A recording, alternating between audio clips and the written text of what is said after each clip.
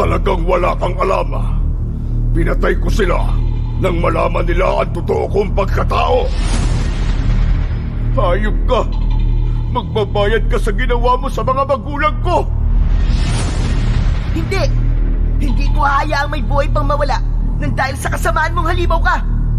Ako ngayon na magsisilbi mong kamatayan na maghahatid sa'yo sa impyerno! Matitikman mo ngayon ang parusang nararapat para sa'yo! Tapusan mo na! Yeah!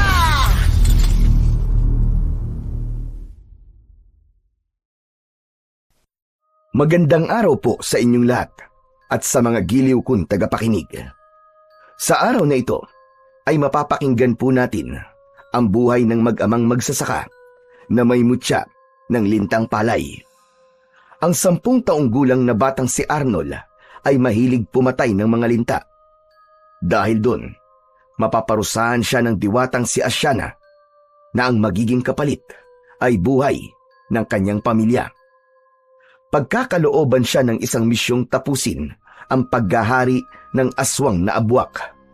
Magagawa kaya nilang magtagumpay laban sa kasamaan? Ano ang mahalagang matututunan ng batang si Arnold? Sama-sama po nating pakinggan ang buhay at pakikipagsapalaran ng mag-ama laban sa aswang na abwak na may 2 ulo. Ngunit bago po ang lahat, mga idol, huwag po nating kalimutang mag-subscribe at i-hit ang notification bell sa aking YouTube channel na The Voice Addict at Apong Isaak para sa mas marami pang makapigil hiningang kwentong aswang at katatakutan mula sa mundo ng kababalaghan. Umpisahan na po natin ang kwento. Tay, ano po bang ginagawa natin? Bakit kailangan po natin manguha ng mga natirang palay sa mga inanin nila? Pinagtatawanan na po kasi ako sa eskwelahan dahil taga-ubos daw po tayo ng tirang palay ng mga kapwa niyo magsasaka. Aba anak, wala ko nakikita masama sa ginagawa natin, ano? Kahit may sarili tayong binubukid, dapat matuto pa rin tayo maging masinop sa biyaya ng Diyos. Nakikita mo ba ang pinupulot nating sanga ng palay? Hindi ba't isang subo mo na rin yan kapag nailuto na yan at naging kanin?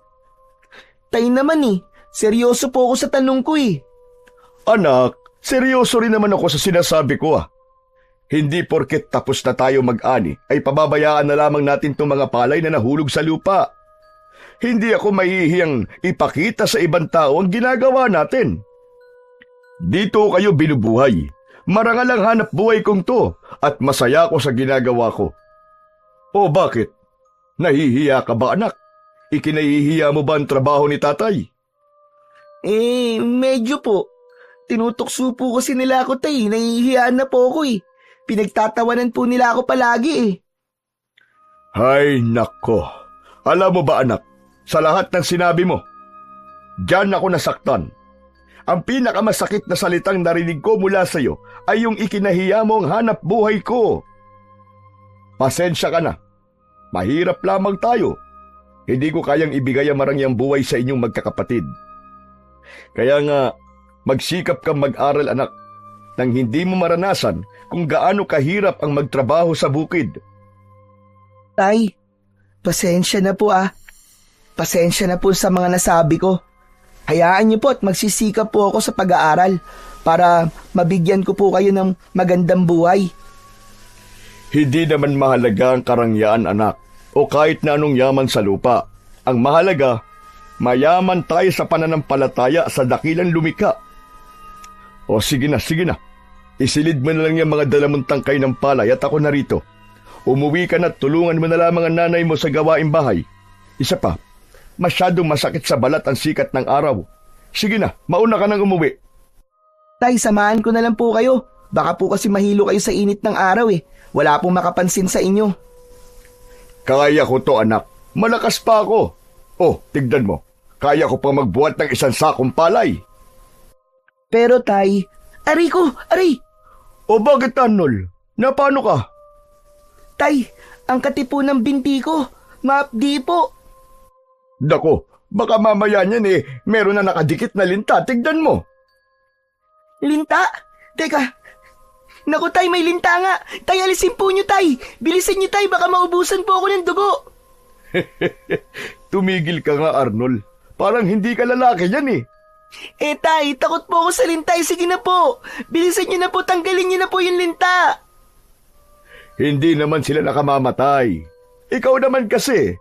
Bakit dito ka tumayo sa basan lupa? Alam mo namang nakatira mga lintang yan sa putik o sa basan lupa ng taniman ng palay. Tay, natanggal niyo na po ba? Alisin niyo na po. Oo, wala na. Pinakawalan ko na. Saan niyo po pinakawalan, tay? Dapat po pinatay natin. Baka po bumalik pa yun sa binti ko eh. Ano ka ba anak? Hindi natin kailangan patayin ng linta. May buhay din silang katulad natin. Alam mo ba na may kasabihan ng mga magsasaka dito sa baryo ng Aldano? Kapag pumatay ka raw ng lintang palay, ay mamalasin ka raw sa buhay. Parurusahan ka ng mga simbayo at madadamay pa ang pamilya mo. Simbayo? Ano po bang simbayo, tay? Ang simbayo ay ang mga diwatang nagbabantay sa mga linta at halaman tulad ng palay, saging at saka kung ano-ano pang mga bunga na may kinalaman sa pagkain ng mga tao. Nakakita na po ba kayo ng mga simbayo, tay? Hindi pa, dahil nagpapakita lang daw ito sa taong pumatay ng mga linta. Kaya ikaw anak, huwag kang papatay ng linta ha. Marami na ang gumawa ng ganyan dito sa baryo at naglaho sila na parang bula. Halaka, sige. Hindi naman po ako naniniwala sa simbayo o diwata, tay. Ang alam ko po nakakatakot po talaga ang mga linta. Kasi sumisip-sip po sila ng dugo ng tao. Ay nako ang batang ito, bahala ka na nga. Basta tandaan mo sinabi ko ha. Huwag mo silang papatayin. Huwag kang papatay ng linta at ng kahit na ano pang buhay. Dahil may silbian lahat sa ating kalikasan. Kasi naman tay, nakakadiri po sila eh. Ang dami ng dugong umaagos sa binti ko. Tignan nyo tay. Sigurado po ba kayong wala tong kamandag? Wala anak, dahil likas lang talaga sa mga linta ang tumira sa palayan. Sige na. Kailangan na muna natin durugin o giikin ang mga palay sa paa natin bago tayo pumunta sa ilog para magpalutang ng palay. Nanliit sa pagbuhat ng sakong may laman ng palay ang may 10 taong gulang na batang si Arnold. Araw-araw silang ganun ang ginagawa tuwing sumasapit ang anihan ng palay. Madalas siyang katulong sa pagtatanim at pag-aani ng palay sa maliit na lupang sinasaka ng kanyang ama. Sa una ay masaya pa siyang ginagawa yon, pero habang tumatagal ay para na siyang nahihiya sa hanap buhay ng kanyang ama. Dalawa silang magkapatid. Si Lita, ang bunso, ay 2 taong gulang pa lamang, kaya kapos sila sa pera dahil kailangan itong suportahan ng gatas. At kapag walang-wala sila, nagbabayo ng palay si Aling Rona para isain at ang magiging am naman ito ang ipapainom sa kanyang kapatid. Bata pa lang ay alam na ni Arnold ang hirap ng kanyang ama, lalo pa at nanganganib ng mawala sa kanyang ama ang palayan. Balak na ng kapatid ng kanyang amang si Mang Teban na ibenta ang lupang sinasaka ni Mang Estong. Pagkatapos nilang maubos ang palay sa lupa, ay nagtungo naman sila sa ilog para magpalutang nito. Kailangan nilang lumusong sa ilog na hindi malakas ang lagaslas ng tubig upang lumutang ang walang laman na palay. Ang masakit para sa kanyang ama, sa kabila ng marami nilang nakukuhang palay, ay konti lang ang natitira sa kanilang timba dahil halos lahat ay pinagpilian na rin ng mga nagtetreser ng palay. Aminin man ni Arnold na talagang nahihiya na siya sa ginagawa ng kanyang ama, pero mas nangingibabaw naman ang awa niya para dito. Maya-maya pa ay nakaramdam na naman siya ng pangangati ng kanyang binti. Bumilis ang tibok ng kanyang puso at nanlaki ang mga mata nang makita ang 2 linta na nakakapit sa kanyang balat. Tay! Tay, may linta na naman po! Lintik naman yan oh! Tanggalin niyo po, tay, bilis! Tay, tanggalin niyo po! Aba, sandali lang anak, hindi tayo matatapos dito eh. Tanggalin mo na lang kaya mo na yan. Tay, hindi po naaalis eh. Kapag inalis ko po yung isang dulo, kakapit naman po yung kabilang dulo, Tay. Tay, sige na po, tanggalin niyo na po. Anak, pag-aralan mong tanggalin ang linta. Paano kung hindi mo ako kasama at walang magtatanggal ng linta sa binti mo? Aba sige na, kaya mo na yan. Kailangan ko pang tapusin to eh. Wala tayong isasaing mamaya. Babayuhin pa namin ang nanay mo to sa lusong. Sige na, ikaw na ang bahala dyan, anak. Kaya-kaya mo na yan. Wala nang nagawa si Arnold, kundi ang umahon saglit sa ilog at humanap ng kahoy na maaari niyang magamit para matanggal at sungkitin ang linta. Sakto naman na mayroong kahoy siyang nakita. Dinampot niya yon at kahit na anong gawin niya, ay hindi talaga matanggal-tanggal ang linta sa kanyang binti. Dala ng takot at galit, ay kumuha siya ng bato at ikinuskus niya yon sa kanyang balat habang umiiyak sa takot. Nadurog ang linta at hindi pa siya nasiyahan. Pinukpok niya yon ng pinukpok hanggang sa mamatay. Yan, kala mo dapat lang talaga sa'yo madurog ng madurog. Hindi kita titigilan hanggat hindi ka namamatay. Kanina pa kayo paboritong-paborito yung binti ko. Hindi ko naman kayo inaano, nananakit kayo. Isa ka panlinta ka. Gagapang ka pa Hoy, Arnold, anak! Ano bang ginagawa mo? Bakit mo pinatay ang linta? Pambihira kang bata ka. Kasi naman tay, sinabi ko na po sa inyo na mapapatay ko po ang mga lintang yan dahil takot po akong hawakan.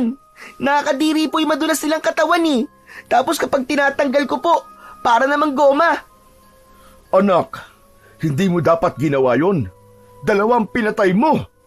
Diyos ko, kasasabi ko lang sa'yo Tay, mas mahalaga pa po ba ang buhay ng mga linta na yan kaysa sa akin?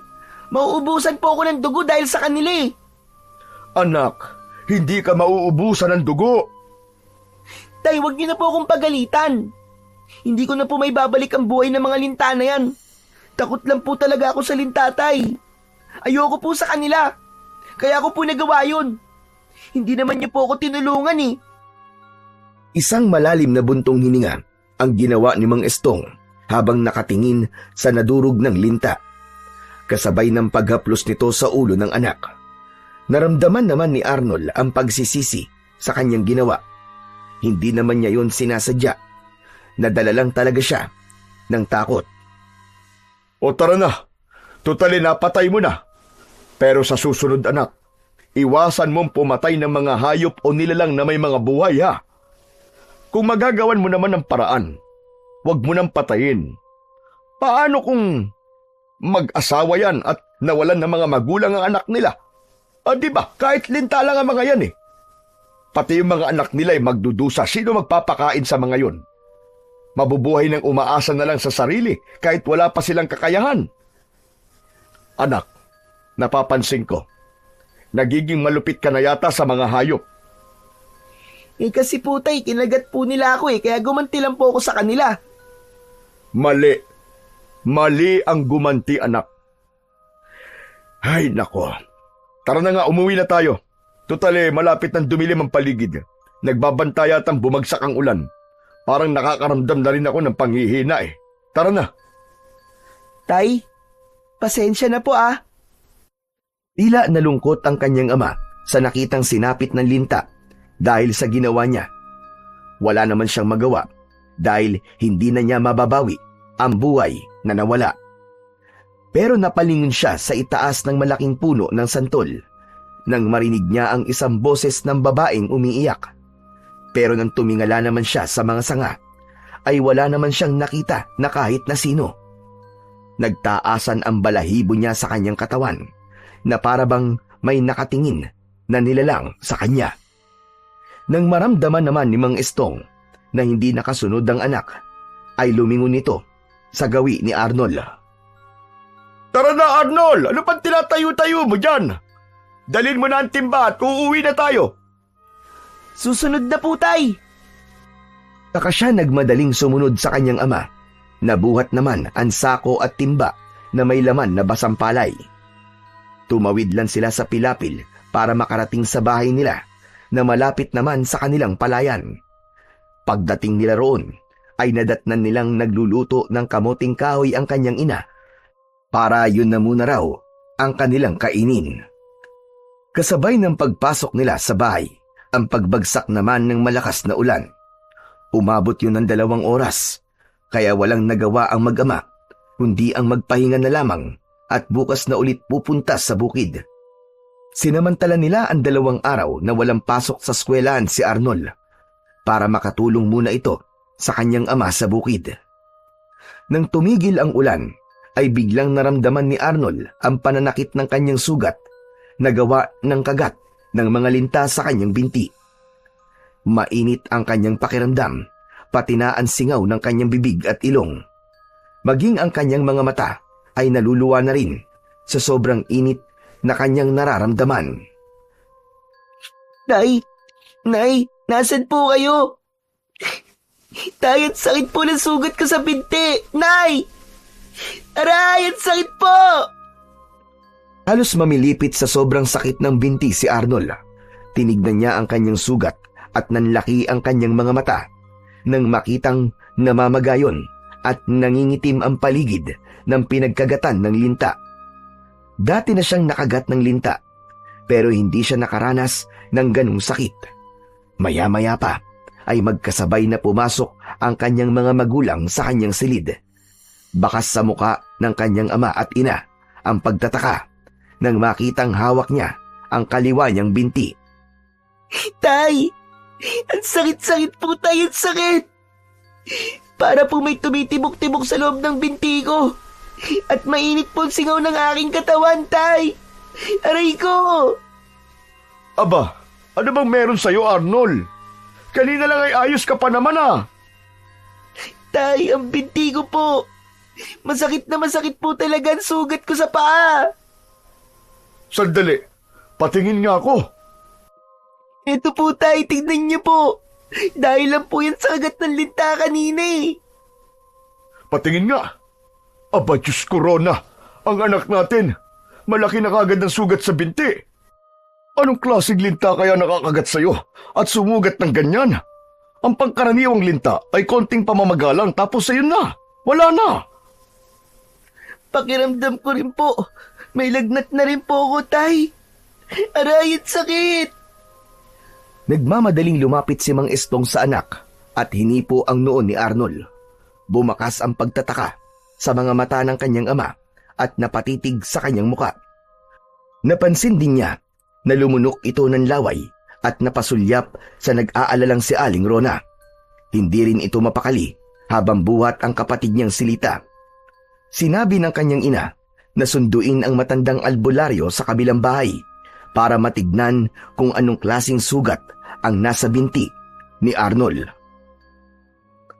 Masakit na masakit ba, anak? Kailangan ko munang puntahan si Lolo Tonyo para matignan kung anong klaseng sugat na nasa binti mo. Anak, konting tiis lang muna ha. Rona, linisin mo muna ang sugat ng anak natin. Mabilis lang ako, babalik din ako kagad. Tumangulang si Aling Rona kay Mang Istong bilang tugon habang ipinaghihele nito ang bunsong anak. Si Arnold naman ay tinitiis ang nararamdaman sakit habang siya ay nakahiga sa katreng gawa sa kawayan.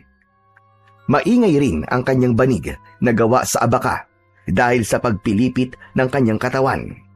Hindi niya makontrol ang kirot na nararamdaman. Pakiramdam niya ay may mga insekto sa loob na parang naghuhukay sa kanyang laman sa binti. Hindi niya maiwasan ang hindi mapasigaw. Nay! Aray ko, ang sakit po talaga. Tulungan niyo po ako, Nay. Diyos ko, ang sakit-sakit na. Sobrang sakit po, Nay. Halos maiyak si Aling Rona habang naupo na ito sa tabi niya. Hinihilot nito ang kanyang binti, saka tatayo at lalakad sa kanyang harapan. Mabuti na lang at kahit malakas ang boses niya, ay nakatulog pa rin ang kanyang bunsong kapatid. Inilapag muna ng kanyang ina sa higaan ang natutulog na si Lita. Saka ito nagpaalam sa kanyang kukuha ng palangganang may tubig para malinisan ang kanyang sugat. Pagbalik ng kanyang ina ay may dala na itong malinis na tubig.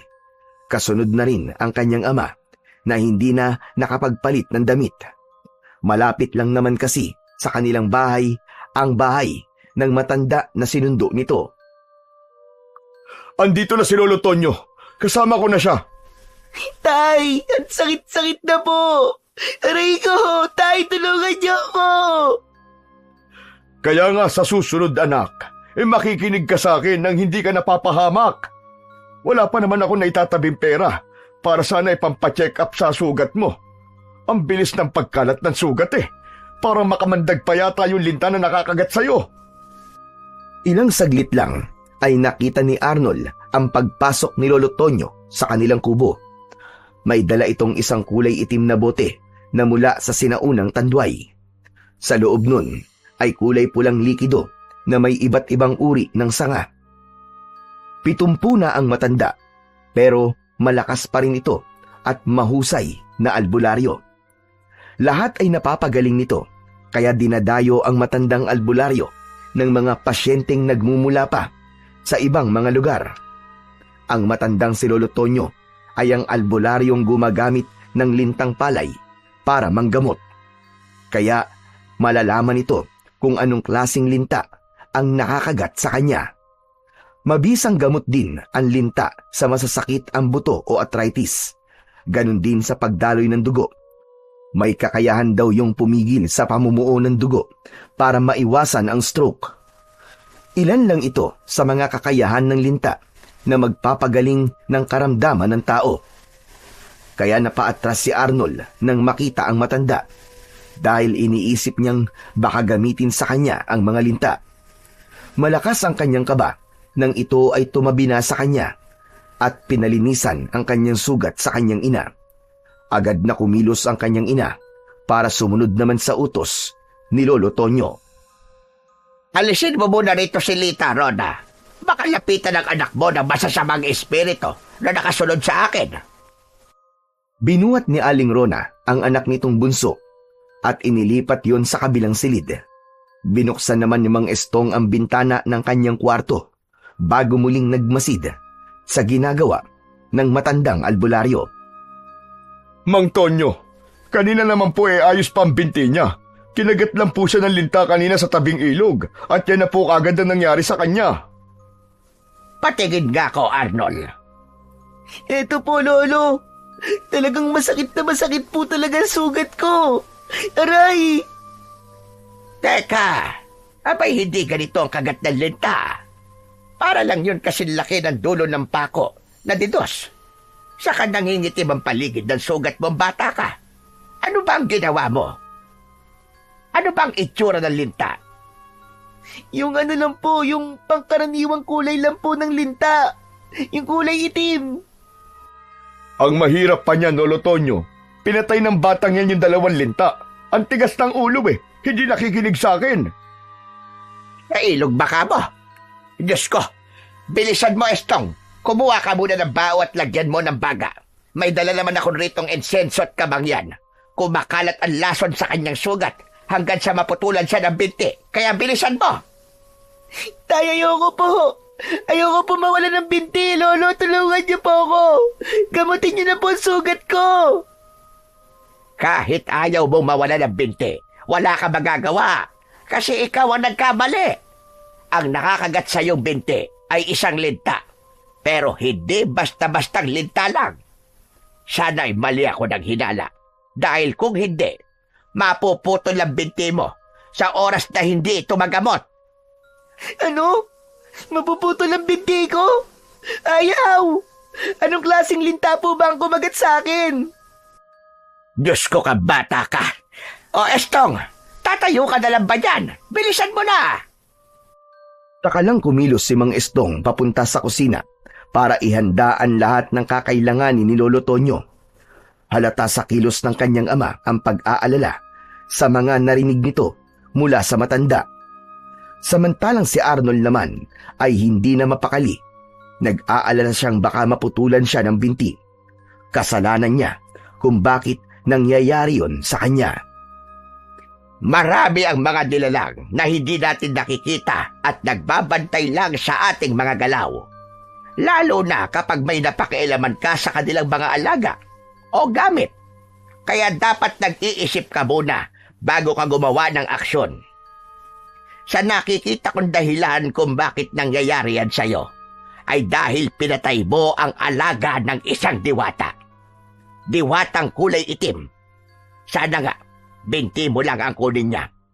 Mas nakakatakot kung buhay mo rin ang kukunin niya o buhay ng mga mahal mo sa buhay. Napahagulgol ng iyak si Arnold dahil sa takot sa sinabi ni Lolo Tonyo. Ayaw niyang mawala ang kanyang mga magulang at ayaw niya ring mawalan ng binti. Ilang saglit lang ay bumalik na ang kanyang ama na si Mang Estong na nagmamadali pa sa paglapit sa matanda. Hanggang ngayon ay hindi pa rin ito nakakapagpalit ng damit dahil sa pag-aalala nito sa kanya.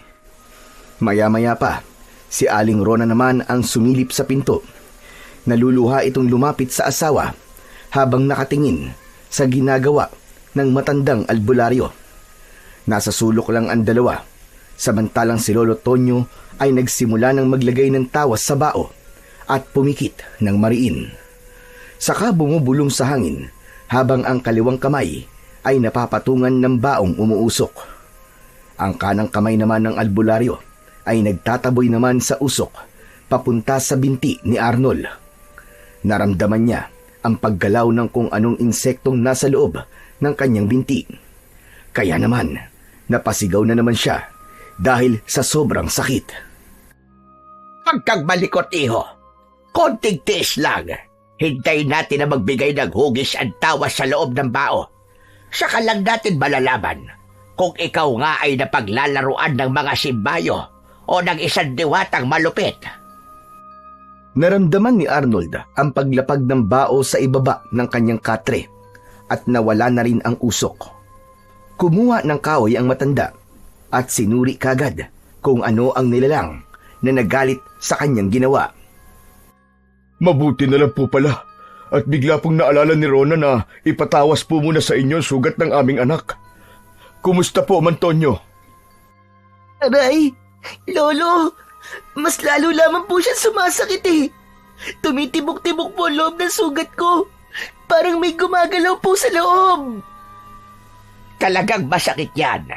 Ang ibang mga batang nakakaranas nito ay nagkakandaihi pa sa salawal kapag hindi kaya ang sakit. Parang sakit ng ngipin na may malalim na pagkirot. Naghihibot-hibot ba ka mo, anak? Opo, tay. Napakasakit po. Aray! Aray ko! Kung parang naghihibot-hibot, abay dalawa lamang yan. Una, ay makamandag ang nakakagat at may lason. Pangalawa, may impeksyon at napasukan ng bakterya. Pero sa kaso ng anak nyo, ay may nagalit sa kanyang ginawa. Kailangan niyang bumalik ng mag-isa sa ilog. Ano po? Babalik akong mag-isa doon? Ipapadala ko sa iyo itong bote na hawak ko. Susubukan mong makipag-usap sa kanya. Kausapin mo ang diwatang nagalit sa iyo. Pero bakit ako lang po mag-isa? Bakit hindi po pwedeng may kasama, aray? Aray ko! Dahil ikaw lang naman nagkaroon ng kasalanan sa kanya. Isang kulay itim na diwata ang nagalit sa iyo. At karamihan sa ganyan pinarurusahan at namamatay. Kaya kung hindi ka hihingi ng tawad sa kanya, mamamatay ang mga mahal mo sa buhay. At kapag naubos na nila ang iyong pamilya, saka ka lang nila papatayin. Ang mga diwatang simbayo ay ang mataas na uri ng nilalang na may itim na kapangyarihan. Kaya kung mapapansin mo, bago at pagkatapos magtanim ng palay, marami sa atin na nag-aalay sa kanila ng mga dugo ng manok. Iyon ay ang pagpapakita ng pagpapaalam sa kanila. Dahil hindi natin namamalayan, may napapatay na tayong alaga nila. Wala na po bang ibang paraan? Malapit na po dumilim. Hindi po siya makakapunta ron na mag-isa. Kapag hindi siya kumilos, Estong, uunahin niyang patayin ang pinakabata sa inyong pamilya. Ano? Insilita po yun, Lolo. Ayoko po mamatay ang kapatid ko. Wala ka ng ibang pagpipilian, Arnold. Kailangan mong maging matapang dahil buhay ng pamilya mo ang nakasalalay dito. Ikaw ang nagkasala sa kanila. Natural na ikaw lang ang haharap nito at hihingi ng tawad sa kanya. Sa ngayon, ay lalagyan ko muna ng langis ang sugat mo para pansamantala mawala ang pananakit nito. Malalaman mo kapag nasa paligid mo ang diwata, kapag tumindi ang sakit ng sugat mo. Tiyak na nasa harapan mo na siya. Kung minsan, hindi sila nagpapakita sa tao. Kung minsan naman, nagpapakita sila kapag may gusto silang ipagawa sa'yo. Diyos ko, yan ang nga ba sinasabi ko, nakita mo na anak? Hindi ako nagkulang ng pagpapaalala sa'yo. Walang masama na hindi ka naniniwala sa mga diwata. Pero sana, sinunod mo na lang ang sinabi ko nang hindi to nangyari sa'yo. Ang tigas kasi ng ulo mo, hindi ka marunong makinig. Hindi ko naman po alam na magkakaganito ako, tay. Sorry na po. Ang lintang panay ay makamandag, lalo na kung ito ay alaga ng isang makapangyarihang diwata. Dalhin mo itong langis. Itaas mo ito sa ere at lilikha ito ng liwanag na magiging hudyat ng pagtawag sa kanya. Mag-iingat ka. Dahil sa gagawin mo, maaaring maraming nilalang ang lalabas kung sakaling magkabali ka sa lugar na pupuntahan mo. Ano pong ibig niyo sabihin, Lolo Tonyo? Ang mga nakakagat ng lintang palay ay nagiging mabango sa pang-amoy ng mga nilalang na nakatira sa lupa o sa tubig. Kaya kailangan mong maging maingat. Pero hanggat hawak mo ang bote na yan, hindi sila makakalapit sa'yo. Halos hindi na humihinga sa pag-aalala si Arnold nang marinig niya ang sinabi ng matanda. Napansin din niya na nawawala na ang sakit ng kanyang binti. Tinanggap niya ang bote at niyakap yun. Saka siya napatingin sa gawi ng kanyang ina na kanina pang umiiyak sa tabi ng kanyang ama. Taklob ng palad nito ang bibig na yakap ng ama sa balikat. Bakas ang pag-aalala sa muka ng mga ito bago siya muling tumingin kay Lolo Tonyo. Sige na, habang maliwanag pa ang paligid, tandaan mo ang lahat ng mga sinabi ko at mag-iingat ka, iho. Tay, Nay, ipagdasal niyo po ako, ha? Huwag kang mag-alala anak, manalig ka lang. May awa ang Diyos, hindi kanya pababayaan. Mag-iingat ka Arnold ha, at mahal na mahal ka namin. Hindi ako aalis hanggat hindi ka darating. Ipapaunawa ko sa iyo lahat bago kita tuluyang gamutin. Yumakap sa kanya ng mahigpit ang kanyang mga magulang. Halos ayaw siyang bitiwan ng kanyang ina. Takot na takot itong baka hindi na raw siya makabalik ng buhay, na agad namang sinaway ng kanyang ama. Babalik ang anak natin, Rona. Ano ka ba? Huwag ka magsalita ng ganyan. Babalik po ako. Walang mangyayaring masama po sa akin, Nay. Kasalanan ko po ito kung bakit nararanasan ko po ito. Alam ni Arnold kung gaano kahirap para sa kanyang mga magulang ang gagawin niyang pagharap sa diwata na dati ay hindi niya pinaniniwalaan. Ngayon ay alam na niya na nagkamali siya at dapat niyang harapin yun. Mabigat ang mga hakbang ng paa nang maglakad siyang muli sa pilapil na daanan o palayan. Habang ang paligid ay nagsisimula ng dumilim, halos mabing siya sa ingay ng kulisap sa paligid habang ang tibok ng kanyang puso ay mabilis din. Hindi pa man siya nakakalapit sa ilog na malapit sa kanyang kinatatayuan, ay parang may nakita na siyang isang nilalang na umahon mula sa ilog na kanilang pinagpapalutangan ng palay. Nagtago siya sa makapal na halamang gubat at sinilip kung ano ang bagay na nakita niyang lumabas sa ilog. Halos manlaki ang kanyang mga mata nang makita ang nakakatakot na nilalang. Dahil mag-aagaw dilim at liwanag, malinaw niyang nakikita ang itsura ng nilalang. Isang taong bayawak na may 2 ulo ang nakita niyang nakatanaw sa bahay nila. Halos maiyak siya sa takot habang nagtatago sa halaman. Mapupula ang mga mata nito na ang huni ay parang tunog, ak-ak. Isang uri yun ng nilalang na sa kwento lang niya naririnig. Abwak! Bakit may abwak sa lugar namin? At malapit pa sa tirahan namin. Diyos ko, anong klaseng nilalang ang abwak na may dalawang ulo? Hindi ako maaaring matakot. Kailangan kong ituloy ang paggarap sa diwatang nagparusa sa akin. Hinintay ni Arnold na umalis ang nilalang sa gitna ng palayan para itong may hinahanap na nagtatalo pa ang dalawang ulo kung saan ito pupunta. Ilang saglit pa ay biglang lumubog ito sa lupa sa mismong gitna ng kanilang palayan. Saka siya patakbong lumapit sa ilog na pinanggalingan nito. Maigpit niyang hawak ang boteng ibinigay sa kanya ng matandang albularyo. Habang ang kanyang takbo ay halos hindi na lumapat ang kanyang mga paa sa lupa para lang makarating kagad sa ilog. Humihingal na napatingala siya sa punong tiningala niya bago siya umalis kanina.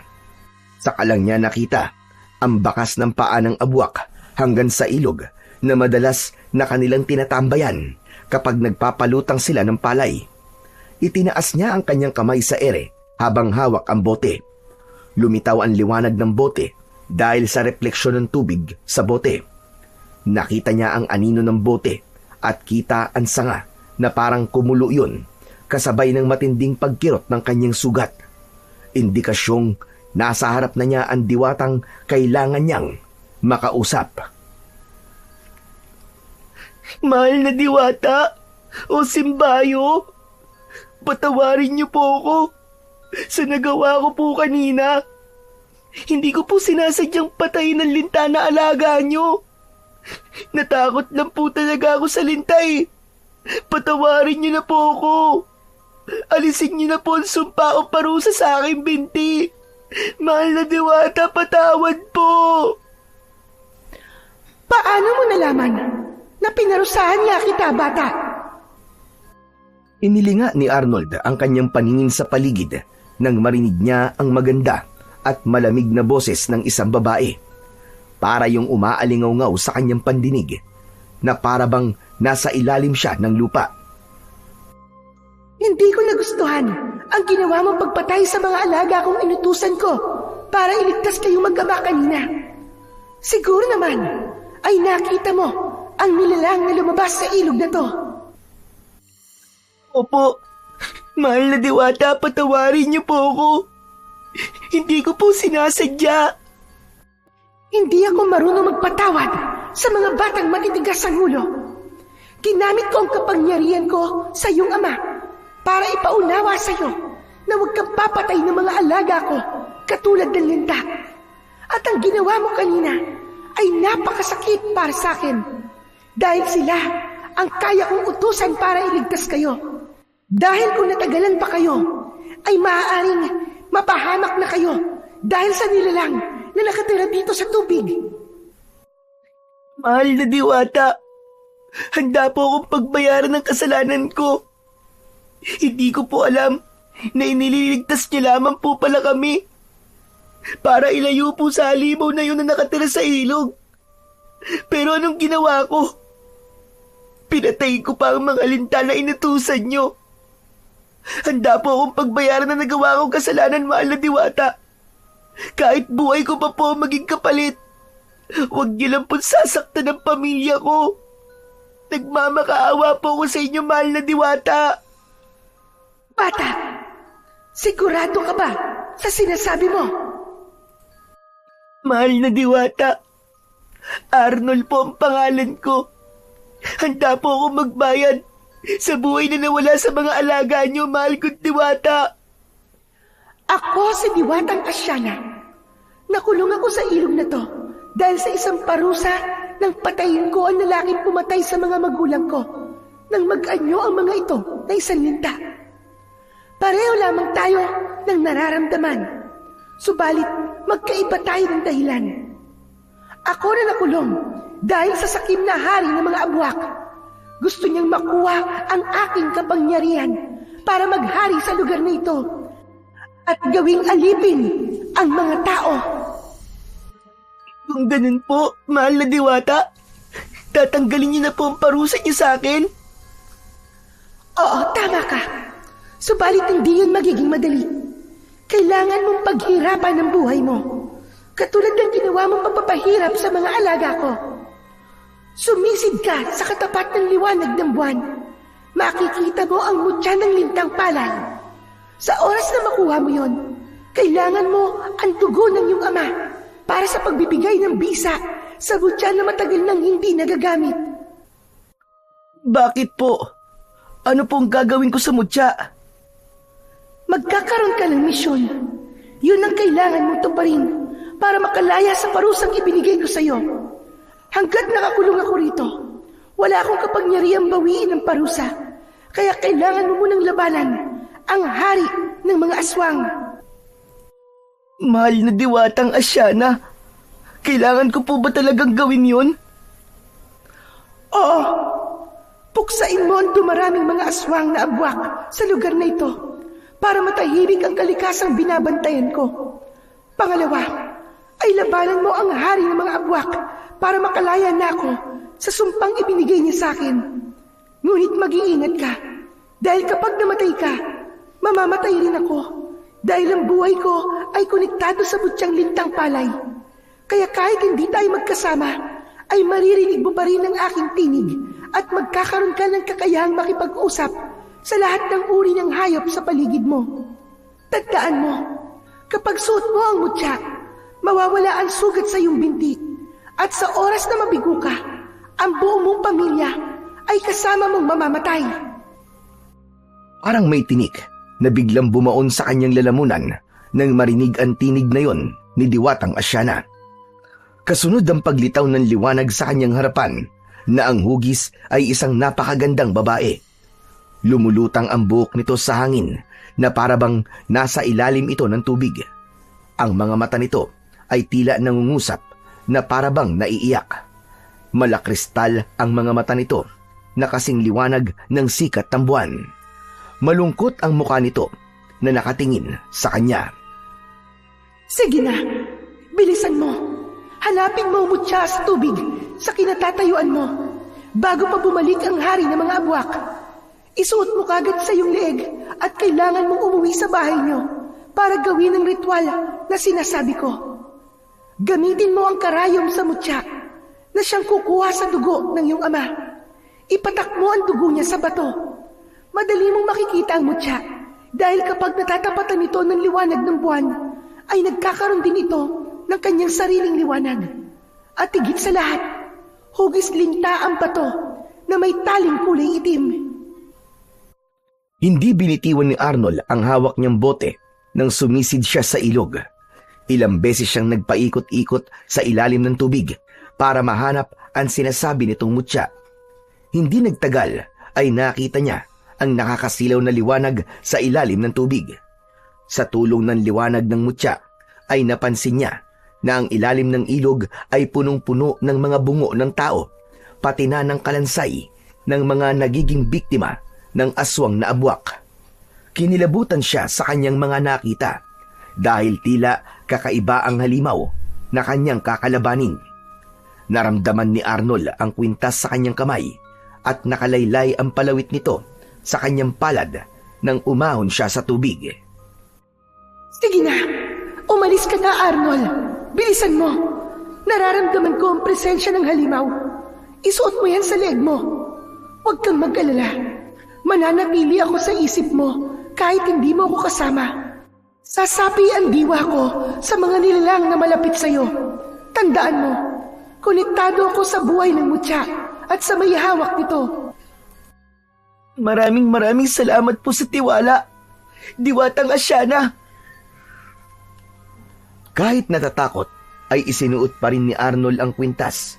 Subalit, hindi niya inaasahan na may mararamdaman siyang kakaiba sa mutya. Sumakit ang kanyang ulo na parabang yun ay binibiyak. Makakaramdam ka ng sakit, ngunit saglit lang dahil papasok ang kapangyarihang taglay ng mutya sa iyong isipan upang malaman mo kung paano mo gagamitin ang mutya. Hindi nga nagtagal ay nawala ang pananakit ng kanyang ulo. Sa halip ay malinaw ang kanyang paningin at nararamdaman niya ang mga nilalang na nasa kanyang paligid. Ngayong taglay mo na ang mutya ng lintang palay. Magkakaroon ka ng sandata sa iyong mga kamay sa oras na may nilalang na a-attack sa iyo. Sige na, saka mo na lang malalaman ang ibang kakayahan ng mutya sa oras na magawa mo na ang sinasabi kong ritual.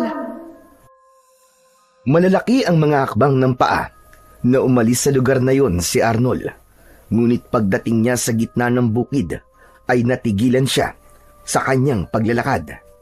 Nanigas ang kanyang mga tuhod at namumula ang kanyang mga matang nakatingin sa dalawang nilalang na abala sa pagkain ng kalabaw ni Mang Teban.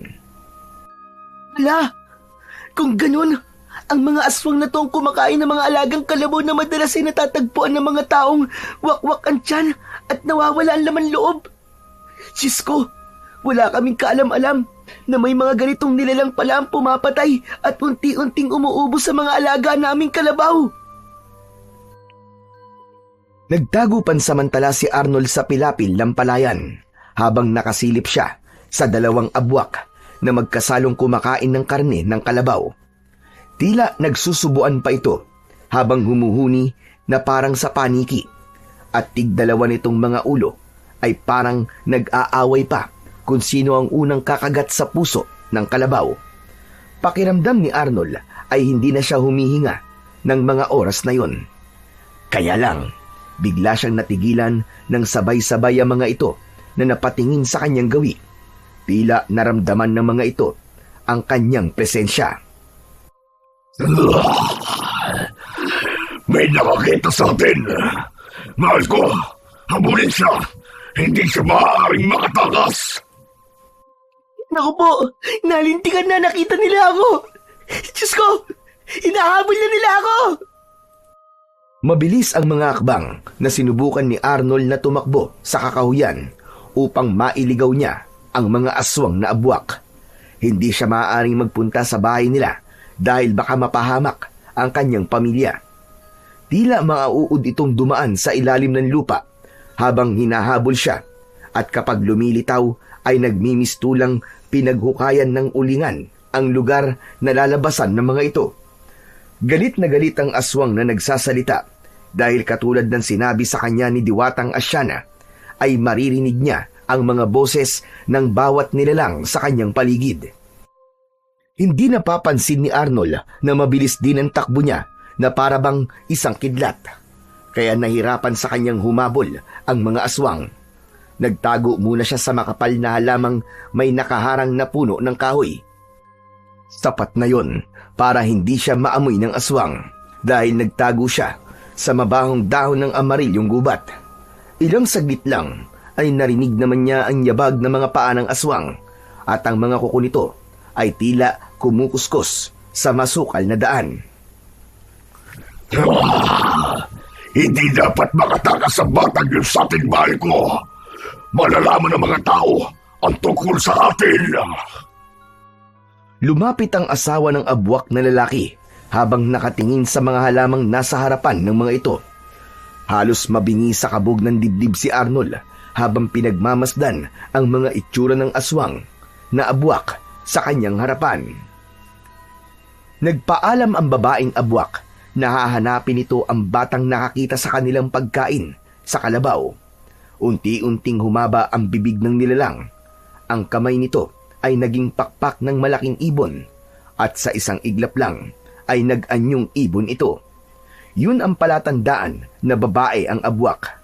Samantalang ang lalaking abwak naman ay nanatiling nakatingin sa paligid ng kagubatan na parabang may hinahanap.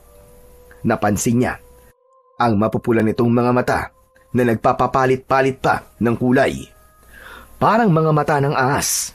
Ang ulo naman itong sa tao ay may matutulis na pangil, habang ang leeg hanggang sa bewang ay sa katawan naman ng bayawak.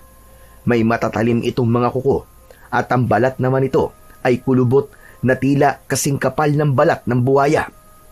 Maya-maya pa ay umalis ito sa kanyang harapan at muling lumubog sa lupa. Saka lang nakahinga ng maluwag si Arnold. Bigla siyang nakarinig ng tinig. mula sa mutya. Arnold, kailangan mo maging maingat sa iyong mga pagkilos. Iwasan mo lumikha ng ingay dahil habang nasa ilalim sila ng lupa, maririnig nila kung nasan ka. Malalaman nila kung saan ka nagtatago. Ano pong gagawin ko, Diwatang Asyana? Paano po ako makakaalis dito nang hindi po nila naririnig ang yabag ng aking paa? Gamitin mo lang sa bote. Iaplos mo sa iyong 2 binti hanggang sa talampakan mo. Gawin mo ang lahat upang makauwi ka sa inyo ng ligtas. Yun nga ang ginawa ni Arnold. Mabilis niyang nilagyan ang kanyang 2 paa, pati na ang kanyang talampakan. Bago umalis sa lugar na yon, ay sinigurado na muna niyang wala na ang presensya ng aswang sa paligid. Halos hindi lumapat ang paa ni Arnold sa lupa nang tahakin niya ang daan pa uwi sa kanilang bahay. Maya-maya pa ay narinig niya ang malakas na huni ng ibon sa himpapawid. Nagpalipat-lipat siya sa mga puno bago siya tuluyang nakalapit sa kanilang tirahan.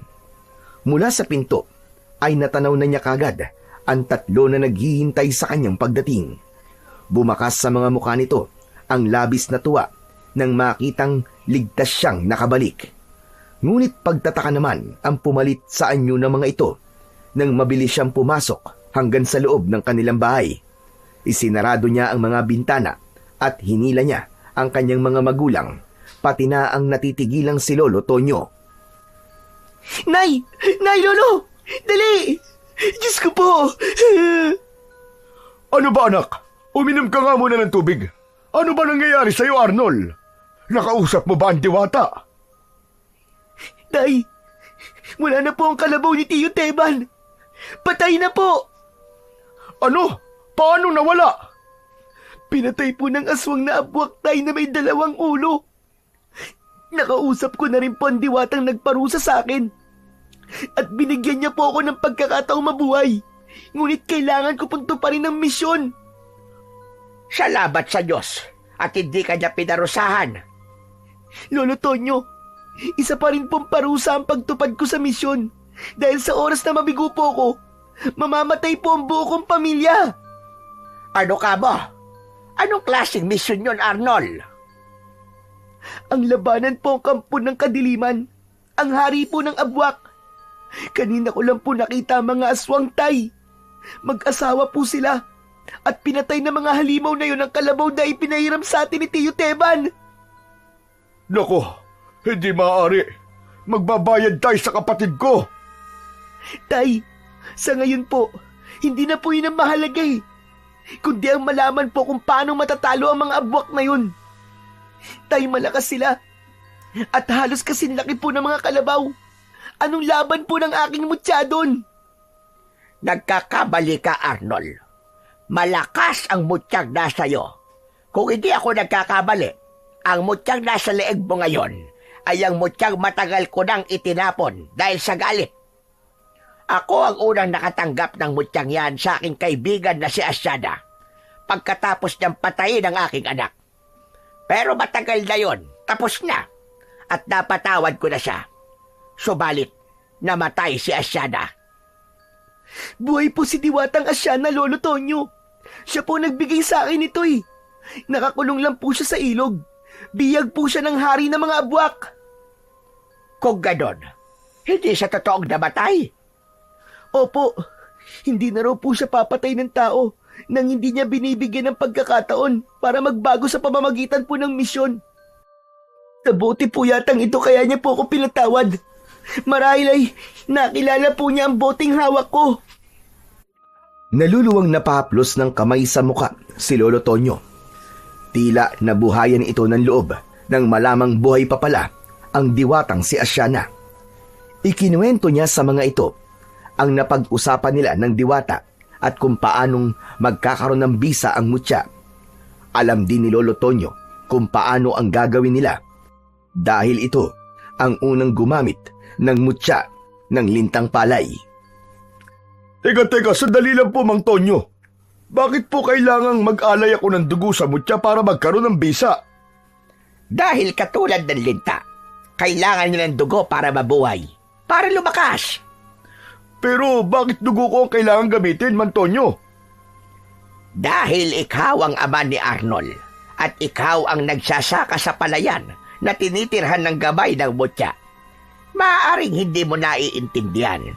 Subalit ang pawis mo na tumutulo sa taniman ng palay ay sapat na upang masabing ang dugo mo ang kailangan magbigay ng bisa sa mutya.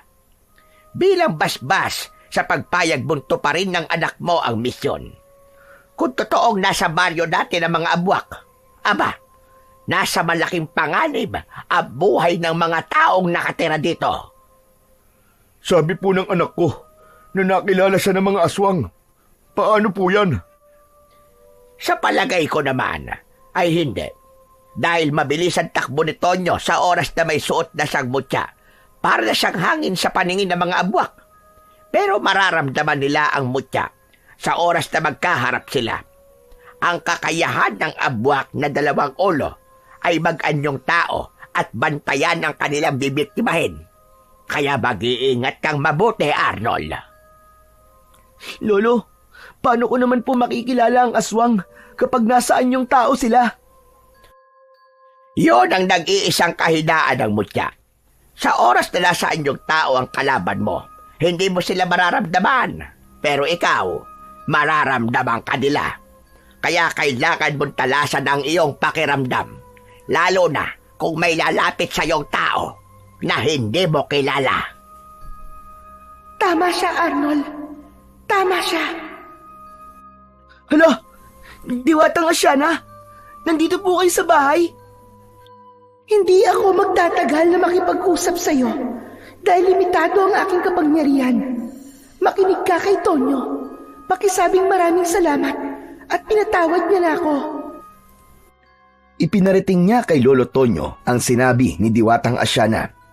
Pagkatapos ay nagsagawa na sila ng ritual para sa pagbibigay bisa sa mutya. Hindi nagtagal ay napatakan na yon ng dugo ni Mang Estong. Nakita niyang nagkulay pula ang bato at lumitaw ang liwanag sa kanyang kwintas, pati na ang paglitaw ng isang uri ng espada na kagaya ng palay. Tigkabila ang tulis nito na kasing talas ng blade. Ikaw lang, Arnold, at ang aswang na abwak ang nakakakita sa liwanag ng mutya. Pati na sa sandatang nasa kamay mo. Kung hiniling ni Diwatang Asyana na patayin ang aswang para makalaya siya, nangangahulugang yun na marami na ang nabibiktima ng mga aswang at nagpaparami na ang mga ito ng kanilang mga alagad. Pero wala naman po kami nababalitang nabibiktima ng aswang, Mang Tonyo. Pero ako ay meron ng nababalitaan, Estong.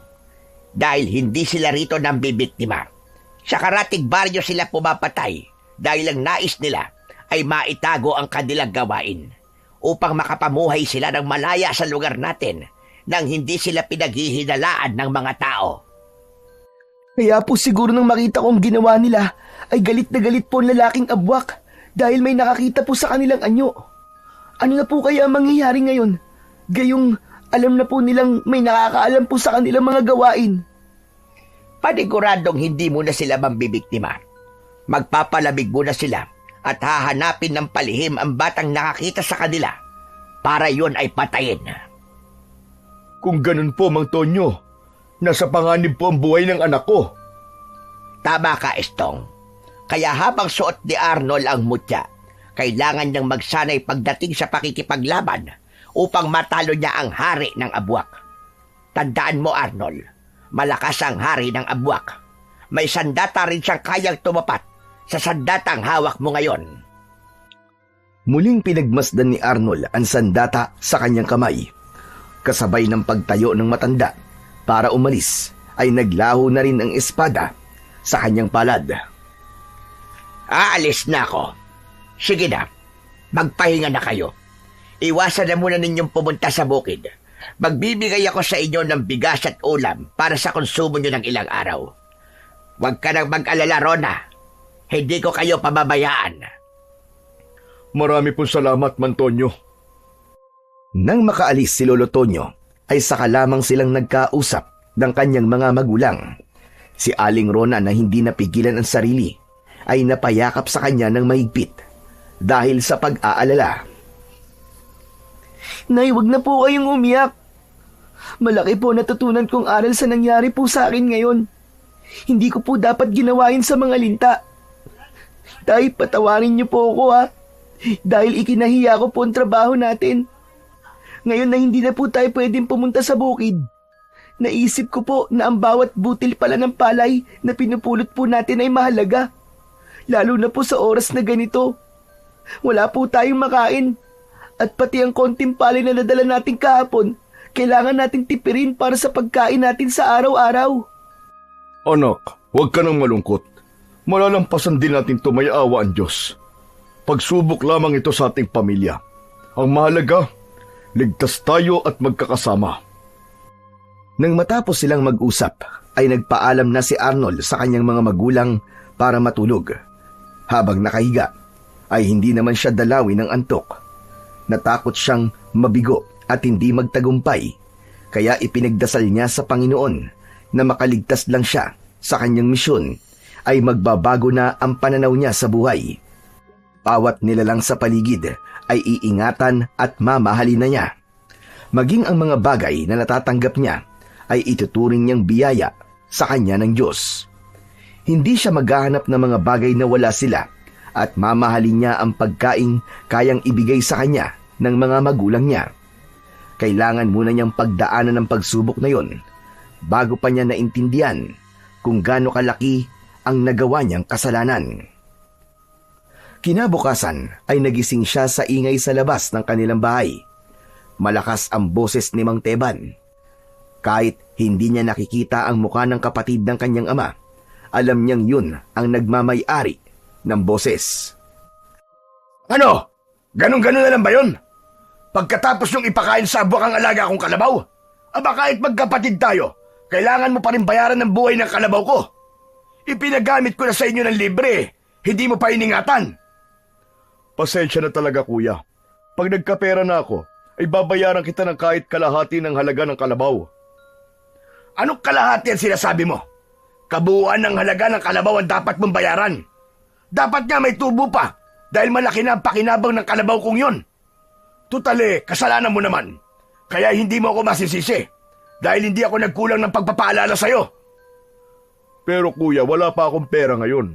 Maawa ka naman sa akin. Gipit pa ako ngayon eh. Wala akong pakialam kung gipit ka ngayon. Ang mahalaga, mabayaran mo ang buhay ng alaga ko na pinabayaan mo. Hindi na narinig pa ni Arnold na sumagot ang kanyang ama sa kapatid nito. Habang nasa loob siya ng kanyang kwarto, ay parang nakikita niya ang malungkot na muka ng kanyang ama. Parang pinipiga ang kanyang dibdib ng mga oras na yun dahil sa awa niya sa kanyang ama. Sa isip niya, ay talaga bang may ganong klase ng kapatid na kayang manggipit ng kanyang kadugo? Masakit isipin na buhay ng kalabaw ay ipagpapalit nito maging ang buhay ng kanyang ama. Bukas na bukas din ang gusto ko. May pambayad ka na sa akin. Aba, mahiya naman kayo sa asawa ko. Alaga niya ang kalabaw na yun. Ito na nga, na pagkamatay ng kalabaw niya, ay hindi ko pa alam kung paano sasabihin sa kanya. Sige kuya, maghahanap ako ng perang ibabayad sa'yo. Pero kapag wala akong nahanap na pera, ipakulong mo na lamang ako. Talagang gagawin ko yun. Ako na nga ang nakatulong eh, parang ako pang masama. Wala naman akong sinasabing ganyan kuya. Wala lang talaga akong maibibigay na ganong kalaking halaga na hinihingi mo. Aba, parang 30,000 piso lang eh nahihirapan ka. Magpasalamat ka nga eh, konti lang ang hinihingi kong bayad sa'yo eh. Hay nako, makaalis na nga. Umiinit lang lalo ang ulo ko. Nakita ni Arnold na umalis na ang kanyang tiyo sa harap ng kanyang ama. Nanghihina itong napaupo sa upuang gawa sa tabla na kahoy at habol ng tingin ang papalayong kapatid. Kasunod naman ang paglabas ng kanyang ina na niyakap ang asawa dahil sa awa dito. Naluluwa siyang makitang nagkakaganon ang kanyang mga magulang. Kung may magagawa lamang siyang tulong sa mga ito, ay tutulong siya. Mabawasan lamang ang hirap na dinadala ng kanyang mga magulang. Ang ipinagtataka lang ni Arnold, madalas ay ganun ang kanyang tiyo sa kanyang ama. Hindi ito magandang makipag-usap sa kanyang ama na para bang hindi nito kapatid. Bukod pa ron, madalas din may nakakaaway ang kanyang tiyo Teban dahil sa kaso rin ng pagkamatay ng mga alaga nitong kalabaw. Pagkatapos ay hihingan ng bayad ang mga taong nanghiram dito ng kalabaw. Alam naman niyang ang 30,000 piso ay doble sa presyo ng halaga ng kalabaw. Ngayong alam na niya kung ano ang totoong dahilan ng pagkamatay ng mga kalabaw sa kanilang baryo, ay napapaisip siyang bakit ang alagang hayop lang ng kanyang tiyuin ang binibiktima ng aswang. Huwag kang mag-alala, Rona. Hindi naman ako nagulat nang pumunta rito si Kuya. Alam kong mangyayari yun. Nagsalita ang kanyang ina habang nakaupo na ito sa tabi ng kanyang ama. Sinabi nitong nagtataka na ito sa nangyayaring sunod-sunod na pagkamatay ng mga alagang hayop ng kapatid. Dahil lahat ng yun ay hinihingan nito ng sobrang bayad sa tunay na halaga ng kalabaw. Hindi makapaniwala si Aling Rona na pati ang asawa ay makakaranas din ng ganung problema. Manghihiram na muna ako kay Mantonyo. Baka may naitatabi siya. Tinutulan yun ni Aling Rona dahil nahihiya na raw ito sa malaking utang sa matanda. Idagdag pa pati ang utang na loob ng mga ito sa tulong na ginagawa ng matanda para kay Arnold. Kaya ang mabuti raw na gawin ay lumipat sila ng ibang bahay at ibayad ang mismo nilang tirahan. Aba, hindi naman pwede yun, Rona. Alam mo namang minana ko pa ito sa aking ama. Kaya ko to. Kahit na anong mangyari, hindi ko isusuko ang bahay. Nasa kanya na ang aking palayan. Pati ba naman bahay mapupunta pa sa kanya? Hindi na nakatiis si Arnold. Lumabas na siya ng kanyang silid at lumapit sa kanyang mga magulang. Mas lalo siyang naawa sa kanyang ama nang makita ang pamumugto ng mga mata nito. Nagising ka ba sa ingay ng tiyo mo, anak? Huwag mo na lamang pansinin yun. Kaya ko namang masolusyonan ito. Tay, bakit po ganun si Tiyo Teban? Parang hindi niya po kayo tunay na kapatid. Ang totoo niyan ay hindi naman talaga anak. Hindi siya totoong anak ng aking mga magulang. Tinulungan siya ni tatay nang ito'y matagpuan sugatan dyan malapit sa ilog. Ang masakit nga, dyan din natagpo ang patay ang aking ina at nawawala ang aking ama. Hanggang ngayon, iniisip ko na baka buhay pa siya. Pero ang sabi, meron daw nakatirang buhaya sa ilog na yan. Kaya imposible raw na buhay pa siya. Tila tumigil ang oras nang marinig ni Arnold ang sinabi ng kanyang ama. Nagulat siyang hindi nga niya totoong tiyo si Mang Teban. Kaya pala ganun kagaspang ang ugali nito pagdating sa pakikitungo sa kanyang ama. Tungkol naman sa pagkamatay ng kanyang lolo at lola, para bang may iba siyang naramdaman nang mabuo sa isip niya ang isang hinala. Magsasalita pa sana si Arnold nang makita niya ang nagliliwanag na paru-paro na dumapo sa balikat ng kanyang ama. Alam niyang yun ang gagamitin ni Diwatang Asyana para siya ay kausapin. Huwag kayong mag-usap tungkol sa aswang dahil malakas ang pandinig ng mga abwak. Baka malaman niyang ikaw ang batang nakakita sa kanilang ginawa kagabi. Maraming salamat po, Diwatang Asyana, sa pagpapaalala niyo po sa akin. Aba, sinong kausap mo, anak? Bakit mo tinawag na Diwatang Asyana ang paru-parong nasa balikat ko? Tay, kasama po sa kakayahan ng mutya ko ay ang makausap ang mga nilalang na hindi po nakikita ng mga tao. Pati na po ang ibang hayop sa paligid. Yun ay sabisa po ng limitadong kapangyarihan ni Diwatang Asyana para balaan ako sa mga gagawin ko. Totoo ba yung sinasabi mo, anak? Ang boses na yon ay nawala nang muling lumipad ang paru-paro, paalis sa loob ng kanilang tahanan. Yun ang isa sa mga kakayahan ng diwata, ang makipag-usap sa pamamagitan ng mga hayop. Sana lang ay hindi narinig ng hari ng mga abwak ang kanilang mga pinag-usapan. Buong araw hanggang kinabukasan ng hapon ay nagsanay sa pakikipaglaban si Arnold, lalo na sa paggamit ng kanyang sandata. Sa tulong ni Lolo Tonyo ay nagawa niya ng maayos ang mga kailangan upang matalo ang puwersa ng kadiliman. Ngayong natuto ka na sa paggamit ng sandata mo, Arnold, kailangan mo ng kumilos para harapin ang hari ng Abwak na may hawak kay Diwatang Asyada. Talaga po bang magagawa ko silang labanan, Lolo? Magtiwala ka lamang sa iyong sarili at sa iyong kakayahan. Alam kong magtatagumpay ka sa pakikipaglaban sa hari ng mga aswang. Aba, tignan mo nga naman kung sino nandito sa bahay ng kapatid ko. Isang matandang nagkukunwaring albularyo. Niloloko ang pamangkin ko. Kumusta, tanda? Parang may binabala kayong masama. Gusto nyo bang tulungan ko kayo? Sabay na napatingin sina Lolo Tonyo at Arnold sa gawi ni Mang Teban na bigla na lamang lumitaw sa kanilang likuran. Nagkatinginan silang dalawa ng matanda dahil hindi nila alam kung gaano nakatagal na nakatayo si Mang Teban sa kanilang likod at nakikinig sa kanilang pinag-uusapan. Sakto naman yun ng pagdating ng kanyang ama na may dala ng kulay puting sobre. Alam niyang naglalaman yun ng pera, kabayaran sa kalabaw na namatay. O kuya, ito ang bayad ko.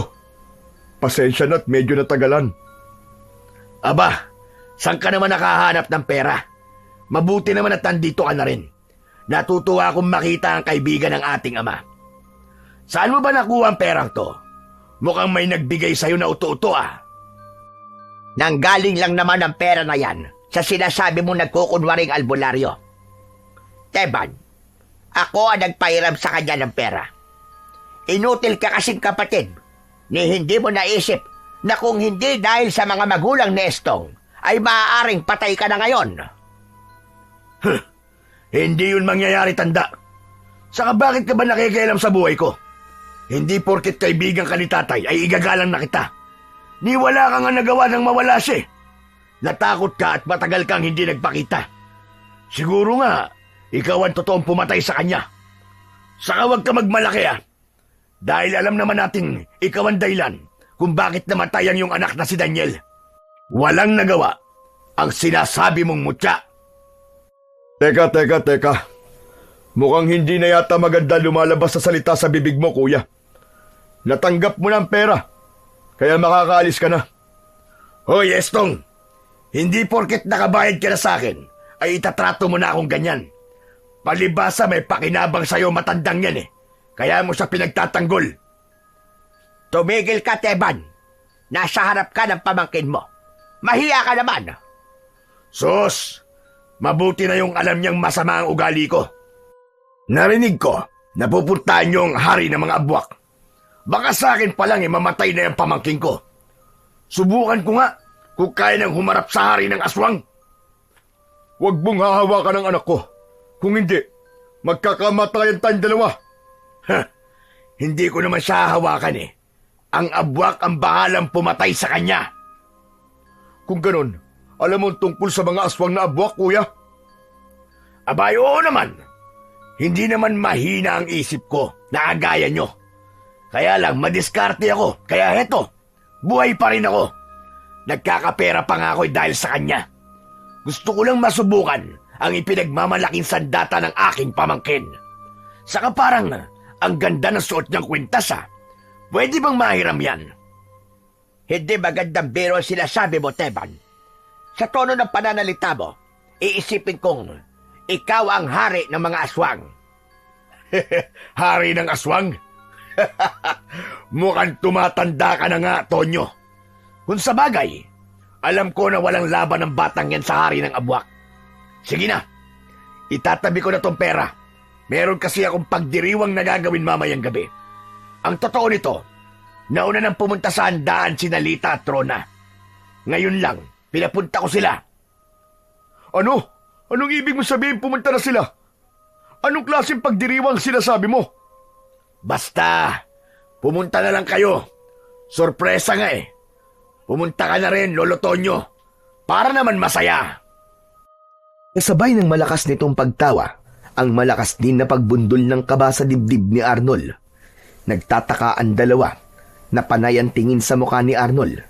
Hindi sila makapagsalita at hindi nila alam kung bakit kailangan nilang pumunta sa sinasabi nitong pagdiriwang.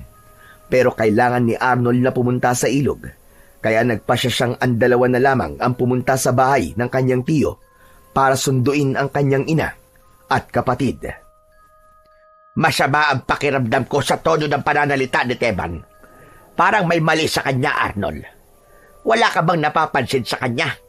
Maliban sa malakas na kabang nararamdaman ko. Wala po, Lolo Tonyo eh. Pero bigla nga rin po akong kinabahan.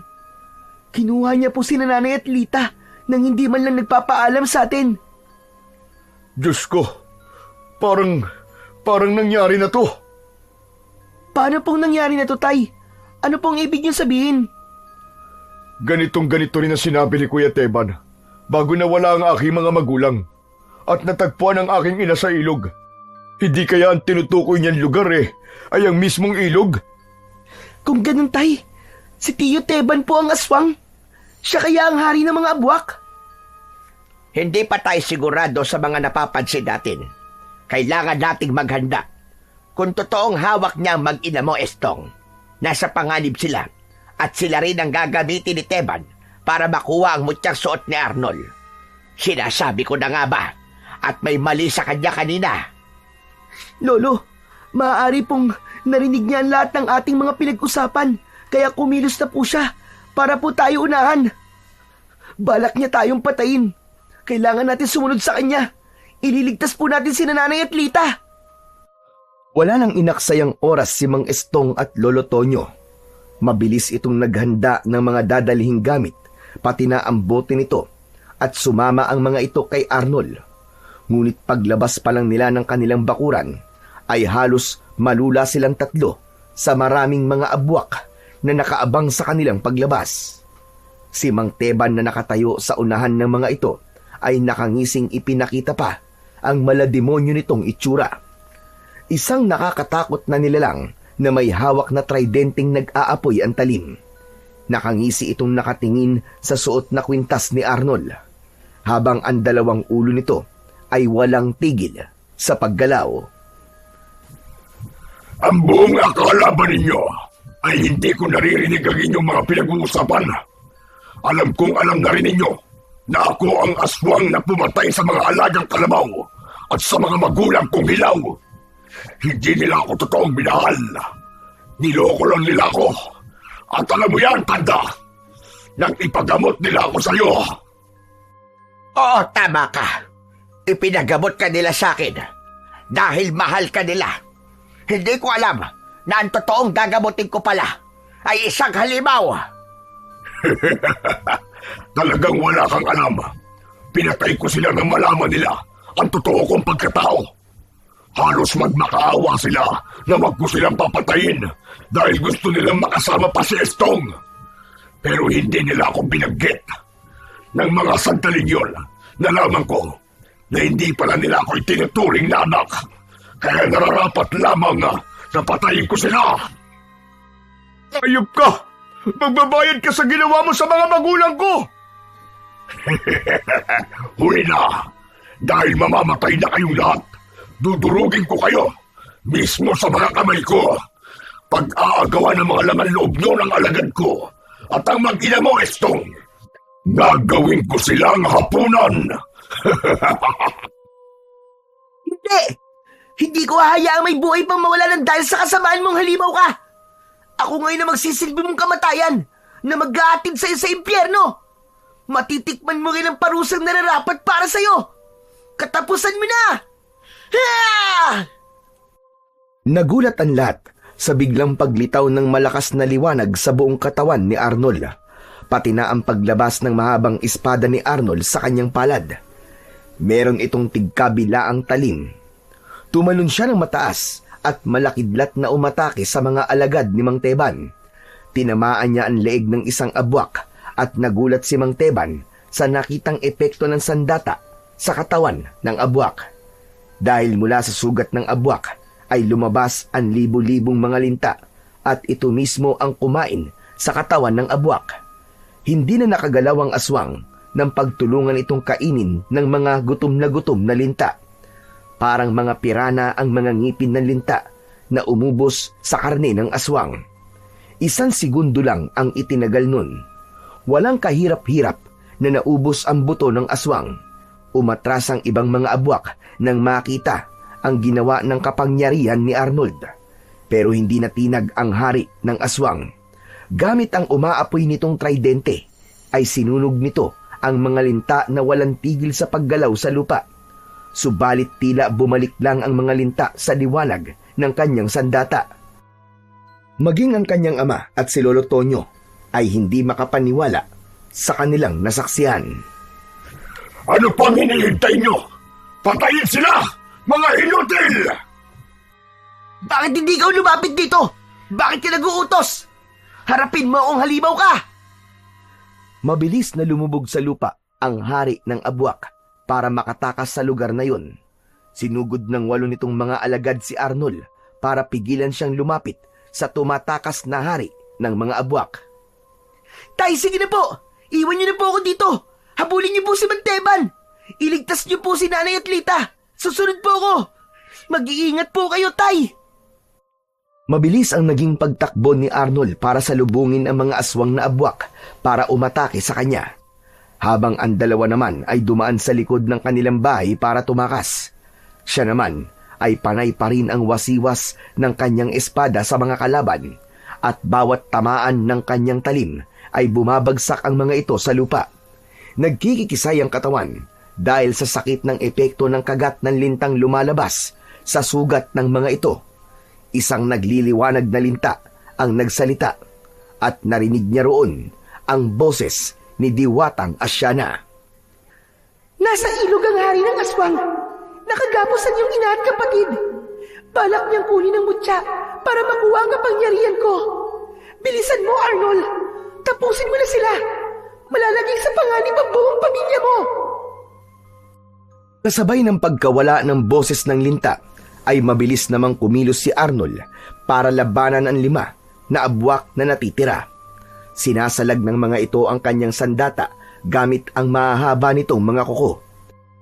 Tila katumbasyon ng palakol sa sobrang bigat, kaya naman muntik siyang tamaan ng kuko ng mga ito sa kanyang katawan. Parang mga nagkikiskisang bakal ang liwanag na nanggagaling sa kanyang espada kapag ito ay tumatama sa kuko ng mga aswang na abwak. Nang mapabagsak ni Arnold ang ibang aswang, ay tumakas na ang 3 abwak para sumunod sa amo nito. Subalit mabilis na kumilos si Arnold. Kahit nasa ilalim ng lupa ang mga kalaban, ay ubod lakas niyang itinarak ang kanyang sandata sa ibabaw ng lupa. Umalingaw-ngaw ang mga sigaw ng mga ito dahil sa labis na sakit. Kasabay ng pagsabog ng lupa sa kanyang muka dahil nagpumilit lumabas ang mga abwak sa lupa. Hindi nila kinaya ang sakit na unti-unting pagsipsip ng mga linta sa mga buto nila at pagkatapos ay kakainin ng linta ang karne. Nakaluwa ang mga mata ng abwak ng ito ay tigilan ng mga alagad ni Arnold hanggang sa nagiging liwanag ulit ang linta at sumasanib yun sa kanyang sandata.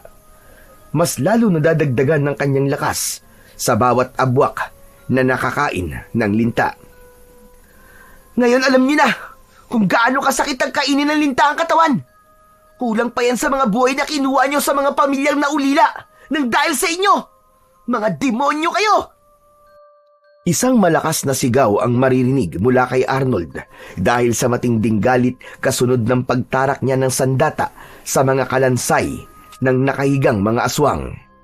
Nagmistulang abuyon nang sunugin ito ng liwanag ng kanyang sandata. Hinabol ni Arnold ang kanyang ama na sumunod sa hari ng abwak. Ilang minuto lang ay natanaw na niya ang 2 na nagtatago sa malaking puno ng santol na madalas noon natambayan ng kanyang ama. Halos dumugo ang kanyang ngipin sa pagtitimpi ng galit nang makitang nakagapos ang kanyang ina sa gitna ng tubig. Maging ang kanyang kapatid na nakalitaw lang ay ang kalahati nitong katawan. Hindi na niya napigilan ang kanyang sarili nang magpakita na sa kanyang harapan ang hari ng mga aswang. Hayop kan talaga! Ako ang kailangan mo, halimaw ka!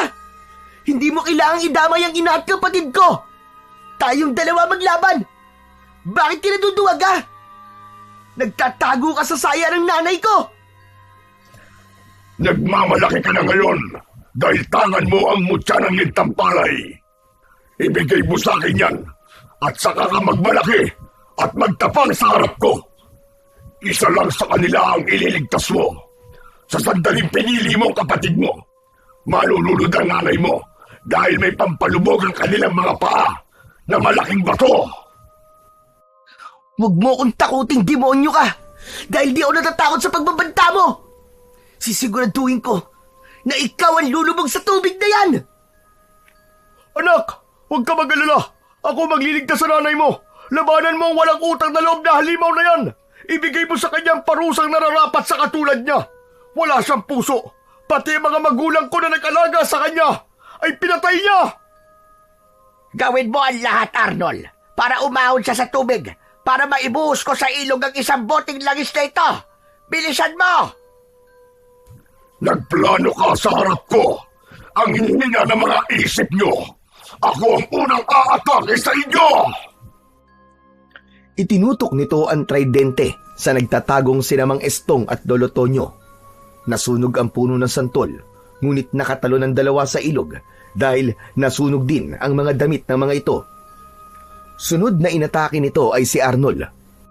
Hindi naman umiwas si Arnold, sa halip ay iniharang pa niya ang kanyang sandata sa apoy na tumutumbok sa kanyang kinatatayuan. Nagtagpo ang kanilang mga kapangyarihan sa gitna ng ilog na malapit sa kanyang ina. Kaya napasigaw ito sa sobrang sakit. Kaya't hinayaan ni Arnold na tamaan siya ng apoy sa kanyang dibdib para hindi masaktan ang kanyang ina. Bumagsak siyang pasadsad sa lupa at sa sobrang tuwa ng hari ng mga abwak, nakalimutan itong may binabantayan ito sa ilog at umahon ito sa tubig para lumapit sa kanya.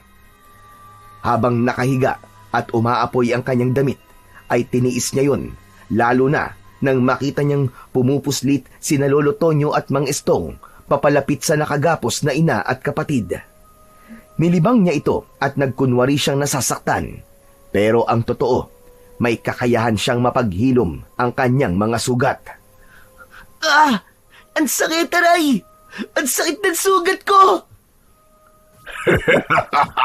Ganyan nga. Dumaing ka. Akin ang mutya. Natalo kita sa laban, kaya sumuko ka na. Ano ko, Hilo? Hindi mo ko natalo, Hungang, dahil naisahan kita! Buong lakas na itinukod ni Arnold ang kanyang espada sa lupa para makatayo siya at sinamantala niya ang pagkakataong nasa harap niya ang hari ng mga abwak. Isang wasiwas ng talim sa mukha nito ang ginawa niya, kasabay ng pagtalon niya ng mataas sa ere. Kasunod ng pagtarak ng kanyang espada sa mismong tuktok ng ulo nito. Napugot niya ang isang ulo ng hari. Nagwala ito na hinahawakan ng leeg na nawalan ng ulo. Saktong dumating ang asawa ni Mang Teban at umatake rin sa kanya. Pero dahil sa malakidlat niyang pagkilos, nagawa rin niyang mapugutan ito ng dalawang ulo.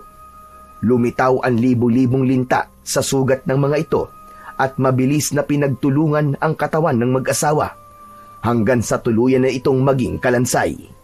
Dinampot niya ang tridente na nawalan ng apoy sa dulo at lumapit sa kinaroroonan ng nakaligtas niyang ina at kapatid. Umiiyak si Aling Rona dahil sa labis na takot.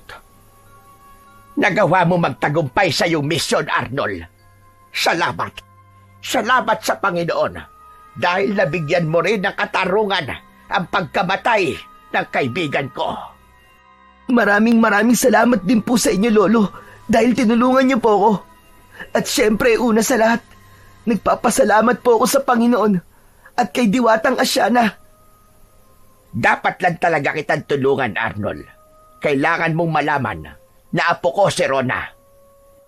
Teka, sandali lang po, Manong. Totoo po ba itong sinasabi ninyo? Oo, Estong. Kaya ko nga kayo tinutulungan dahil ang totoo, anak si Rona ni Daniel. Nagkaroon kami ng kasunduan ng iyong ama na kayong dalawa lang ang dapat na magkatuluyan ng aking apo. Si Daniel ang lalaking pinatay di Asyada dahil sa pagpatay niya sa mga magulang nito. Ano po ang dahilan?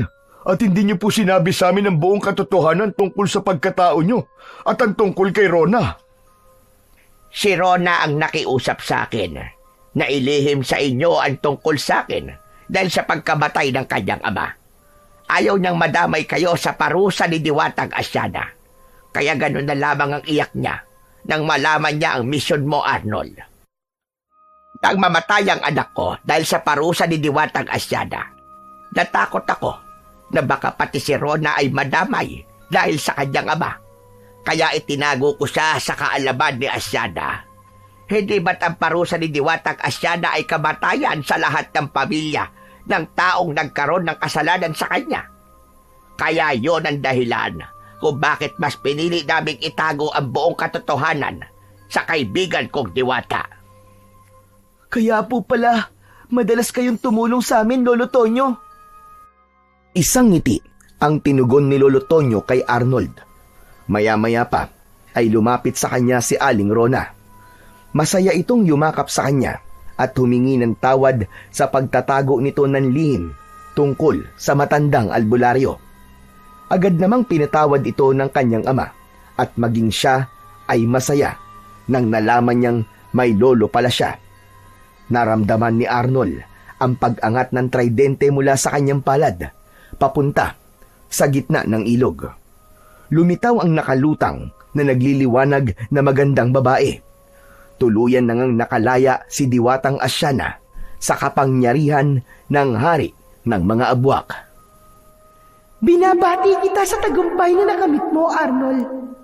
Ipinaintindi mo sa akin ang kahalagahan ng pagpapatawad sa mga nagkakasala. Patawarin mo rin ako, kaibigang Tonyo, dahil pinarusahan ko ang iyong anak. Hindi ko naisip ang sakit na idinulot nito sa iyo bilang nag-iisang kaibigan ko.